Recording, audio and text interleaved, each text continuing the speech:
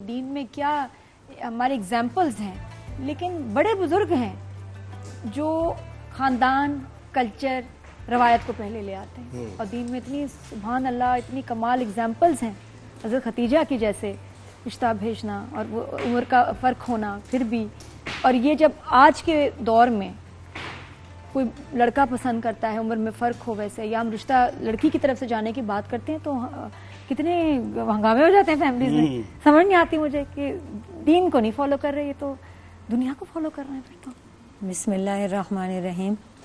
دنیا کو بھی فالو نہیں کر رہے، صرف اپنے بڑوں کو فالو کر رہے ہیں، کیونکہ قرآن مجید یہی کہتا ہے کہ یہ اپنے آبا اجداد کے قدموں پہ اتباع میں چلے جا رہے ہیں، مرے جا رہے ہیں، بھلے وہ کتنے ہی غلط یا جاہل ہی کیوں نہ ہو. ہم لوگ اصل میں ان سوسائٹیز کے ساتھ صدیوں رہے ہیں جی، جہاں عورت مرد کی کموڈیٹی رہی ہے، تو اس کی تو زندگی ہی اس کے ساتھ ہوا کرتی تھی. جی، وہ مر جائے تو اس کو بھی جلا دو. جی، ایگزسٹنس ہی کوئی نہیں تھی. ایگزسٹنس ہی اس کی اپنی، یعنی وہ نیکی بھی کرے تو اجر شوہر کو یا باپ کو ملے گا، یعنی جس کے ساتھ رہ رہی ہے اس کو ملے گا. 1400 سال پہلے ہماری شریعت نے، ہمارے دین نے یہ ثابت کیا کہ عورت کی ویلیو کیا ہے. اور دیکھیے ابھی اسلام نہیں آیا ہے، یہاں پہ میں پورا کریڈٹ اسلام کو ابھی نہیں دے رہی. اسلام ابھی نہیں آیا ہے، وہ ملکۃ العرب ہے. ان کے بھائی بھی ہیں لیکن وہ اس قدر ذہین و فطین ہیں کہ ان کے والد اپنے تمام تجارتی مشورے ان سے کرتے ہیں. ان کی شادی ہوتی ہے تو شوہر بھی تاجر ہے. جو پہلے شوہر ہیں زرارہ تمیمی، وہ بھی تاجر ہیں، وہ بھی بہت مالدار ہیں، وہ بھی انہی سے مشورہ کرتے ہیں. ان سے بھی 2 بیٹے ہیں، بیوہ ہو جاتی ہیں. کچھ عرصے کے بعد دوسری شادی ہوتی ہے عائز مخزومی، ان سے ایک بیٹی ہے، ادھر بھی بیوہ ہو جاتی ہیں.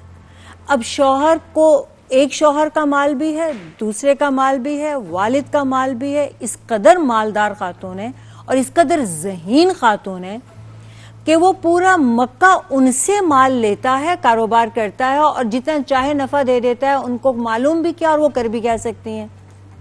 یہاں تک کہ رسول اکرم صلی اللہ علیہ وآلہ وسلم کے صادق و امین کے چرچے سنتی ہیں.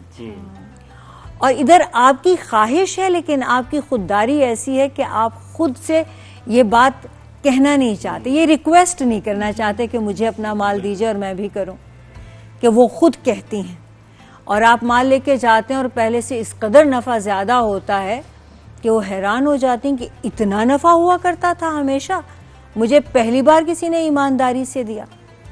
آپ یہ دیکھیے کہ رشتہ بھیجنے کی آپ نے بات کی، تو اسلام میں تو جو بھی بات ہمارے نبی امہات المومنین یا ان کا اہل بیت کرتا ہے وہ ایک مثال بن جاتی ہے. اب اگر انہوں نے رشتہ بھیجا ہے تو میں آپ کوئی بھی لڑکی اپنا رشتہ بھیج سکتی ہے. جیسے لڑکے کو لڑکی پسند آتی ہے تو کسی کی عزت غیرت پہ چوٹ نہیں لگتی کہ وہ خود رشتہ بھیجے یا وہ ماں باپ کو کہے کہ تم جا کر لے آؤ. تو ایسے اگر لڑکی کو بھی پسند آ جائے تو بھی غیرت کو ٹھیس نہیں پہنچنی چاہیے. وہ بھی فطری طور سے دونوں ہی انسان ہیں. ہمارے گھروں میں کیسے برا منایا جاتا ہے کہ بہت برا منائے، اس کو غیرت کا مسئلہ، اور بعد میں تانے دیے جاتے ہیں کہ اس لڑکی نے رشتہ بھیجا تھا. ایج بڑی ہو جائے تو چھوٹے ہی کہتے ہیں ماں کی عمر کی لے آیا. بالکل، اس پہ تو بہت بات. اچھا، اب 15 سال بڑی ہیں، رشتہ بھیجتی ہیں اور آپ مشورہ کرتے ہیں سیدنا ابو طالب سے، اور اس قدر خوش ہوتے ہیں کیونکہ طیبہ طاہرہ اس وقت بھی مکہ میں وہ مشہور ہے. جی جی جی. کردار ایسا ہے، سیرت ایسی ہے، جیسے آپ صلی اللہ علیہ وآلہ وسلم کے پاس امانتیں رکھی جاتی ہیں ویسے ان کے پاس بھی امانتیں رکھی جاتی ہیں. کیا بات. ڈاکٹر صاحب یہیں سے گفتگو کو ہم ذرا شامل گفتگو کرتے ہیں علامہ صاحب کو بھی اور پھر اس پر مزید. علامہ صاحب مجھے کہے گا، قرآن میں اللہ نے کہا کہ نبی سے مخاطب کہ نبی تم یتیم تھے، میں نے تمہاری کفالت کا انتظام کیا، اور تم مال و اسباب میں کم تھے، میں نے تمہیں غنی بنا دیا. تو یہ قرآن کس طرف نشاندہی کر رہا ہے؟ بسم اللہ الرحمن الرحیم. بہت اچھی گفتگو فرمائی. ہماری محترمہ گیسٹ نے. بس ایک بات یہ کہ چونکہ تاریخیں مختلف ہوتی ہیں اور اس میں ایک جو نقطہ نظر ہے جو ہمارے یہاں پر زیادہ قابل قبول ہے کہ ان کا پہلا ازدواج تھا رسول اللہ صلی اللہ علیہ وآلہ وسلم سے اور ان کا سن 28 برس تھا. تو یہ فقط ایک بات جو ہسٹوریکلی وہ ہے. باقی یہ کہ جو ان کی عظمت اور ان کی جو فضیلت ہے وہ تو اس طرح سے کہ انہوں نے جو خود رشتہ بھجوایا نا, یہ تو ثابت اس طرح سے ہے کہ اس رشتہ بھجوانے کا ایک سبب تھا کہ کہیں حضور مکرم پر کوئی یہ نعوذ باللہ خدا نخواستہ الزام نہ لگا دے کہ یہ تو مال و دولت کے لیے شادی کر رہے ہیں, کیونکہ وہ تو ملکۃ العرب تھی. تو کہا نہیں, میں چاہتی ہوں محمد سے ازدواج کرنا صلی اللہ علیہ وآلہ وسلم. تو ایک طریقے سے انہوں نے جو عظمت رسالت تھی نا اس کو اتنا بلند محفوظ رکھا کہ حضور پہ کوئی بات ہی نہ آنے پائے کہ انہوں نے رشتہ بھجوایا. کہیں ایسا تو نہیں کہ مال و دولت کے لیے کر رہے ہیں, نہیں میں چاہتی ہوں. اور پھر جو خطبہ نکاح بھی حضرت ابو طالب نے پڑھا اس میں بھی یہ فرمایا کہ وَإِنَّ الْمَالَ ظِلٌّ ذَائِلٌ وَإِنْ كَانَ لِمُحَمَّدٍ مَالٌ قَلَّ. اگرچہ کہ میرے بھتیجے کے پاس مال کم ہے لیکن مال تو چلتی پھرتی چھاؤں کی طرح ہے, آج کسی کے پاس ہے کل کسی کے پاس ہے. تو حضرت ابو طالب نے بھی اس الزام کو ختم کر دیا کہ اس میں مال کا کوئی سلسلہ نہیں ہے. یہ وہ عظمت, عفت, شرافت کا وہ عظیم الشان رشتہ تھا کہ جو حضرت خدیجہ نے بھجوایا, حضور مکرم نے قبول فرمایا. اور جو آپ نے آیت پڑھی یہ سورہ ضحیٰ کی آیت ہے, 93rd سورہ ہے, اس میں 11 آیتیں. والضحیٰ واللیل اذا سجی, 2 قسمیں کھانے کے بعد اللہ نے کہا کہ ما ودعک ربک وما قلی, ہم نے کبھی نہ آپ کو تنہا چھوڑا ہے, نہ کبھی آپ سے بیزار ہوئے, نہ کبھی تنہا چھوڑیں گے. وللآخرۃ خیر لک من الاولی, آپ کا انجام آپ کے آغاز سے اور بھی بہتر ہوگا. ولسوف یعطیک ربک فترضی, ہم آپ کو اتنا عطا کریں گے کہ آپ راضی ہو جائیں گے. یعنی مجھے اتنی فیسینیٹ کرتی ہے آیت. ہم سب روزہ رکھتے ہیں کہ اللہ راضی ہو جائے, نمازیں پڑھتے ہیں اللہ راضی ہو جائے, عبادتیں کرتے ہیں اللہ راضی ہو جائے. اللہ اپنے حبیب سے کہہ رہے ہیں آپ ہم سے راضی ہو جائیں. سوف یعطیک ربک فترضی, ہم آپ کو اتنا دیں گے آپ ہم سے راضی ہو جائیں. پھر کہا الم یجد کا یتیما فآویٰ, تو آپ یتیم تھے تو کیا میں نے نہیں پالا آپ کو. کتنے خوبصورت ہے. یعنی اللہ تو خود آ کے نہیں پالتا نا, وہ تو اس کا تو کوئی جسم ہی نہیں ہے, وہ تو مرکب نہیں, لیکن اللہ نے کسی ذریعے سے پالا. اور انہوں نے جو پالا حضرت عبد المطلب نے, حضرت ابو طالب نے, ان کے عمل کو اللہ نے اپنا عمل کہا کہ انہوں نے اتنی شان سے پالا, اتنے اہتمام سے پالا.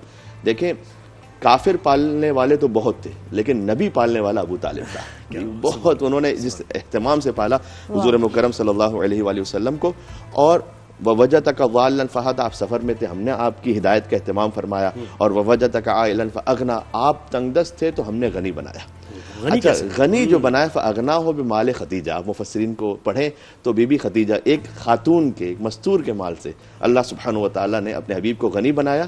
کتنا پاکیزہ ہوگا بی بی خدیجہ کا مال کہ اللہ نے ان کے مال کو اپنے مال سے اپنی طرف نسبت دی کہ میرا ایک طرح سے ایسے کہ میں نے غنی بنایا, میں نے غنی بنایا. جبکہ حضرت خدیجہ کے اس مال کے ذریعے سے حضور مکرم کی جو غربت تھی وہ ثروت میں تبدیل ہوا, وہ بھی اسلام کی خاطر تھا. سب کچھ انہوں نے اس طرح سے. پھر آخر میں تو جو ان کی وفات ہوئی ہے وہ تو شیب ابی طالب میں ہوئی. یعنی ایک خاتون پہلے سے اگر غربت میں رہی ہوں تو پھر زندگی گزارنا ان حالات میں آسان ہوتا ہے, لیکن پہلے ایسی ثروت ہو کہ ملکۃ العرب ہو, جیسے کہ ابھی بیان کیا گیا بالکل صحیح کہ پورا مکہ ان کے مال تجارت سے تجارت کرتا ہو, اور ایک بار جو لباس پہنا ہو تو پھر دوبارہ نہ پہنا ہو بلکہ دے دیا ہو, آگے انفاق کر دیا ہو, دسترخوان پر سید بھی لوگ ہوتے ہوں, سہراب بھی ہوتے ہوں.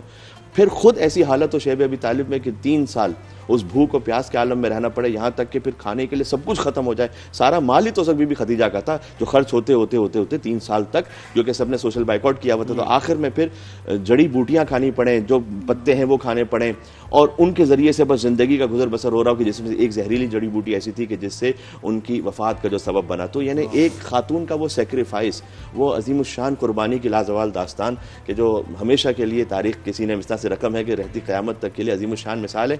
جو میں 4 مصرے کہتا ہوں آپ کی خدمت میں کہ کوئی آسان نہیں مثل خدیجہ ہونا, شرط ہے اس کے لیے مادر زہرا ہونا. بی بی فاطمہ جب بیٹی ہونا تو ماں خدیجہ ہوتی ہے, شرط ہے اس کے لیے مادر زہرا ہونا. اور سارے کسٹمز کو بدل دیا آپ نے. کیسے؟ کوئی آسان نہیں مثل خدیجہ ہونا, شرط ہے اس کے لیے مادر زہرا ہونا. اور تیری بیٹی نے یہ دنیا پہ کیا ہے ثابت, نسل چلنے کو ضروری نہیں بیٹا ہونا. بیٹی سے نسل آگے بڑھائی اللہ سبحانہ و تعالیٰ نے. اور بیٹی زہرا, داماد علی, نواسے حسنین, یہ ان کی فضیلت ہے نا کہ بیٹی تو زہرا ہے, علی داماد ہے, حسنین نواسے ہیں. بیٹی زہرا, علی داماد, جی نواسے حسنین. اس کو کہتے ہیں فضیلت کا مدینہ ہونا. ساری فضیلتیں ایک ساتھ جمع ہونا.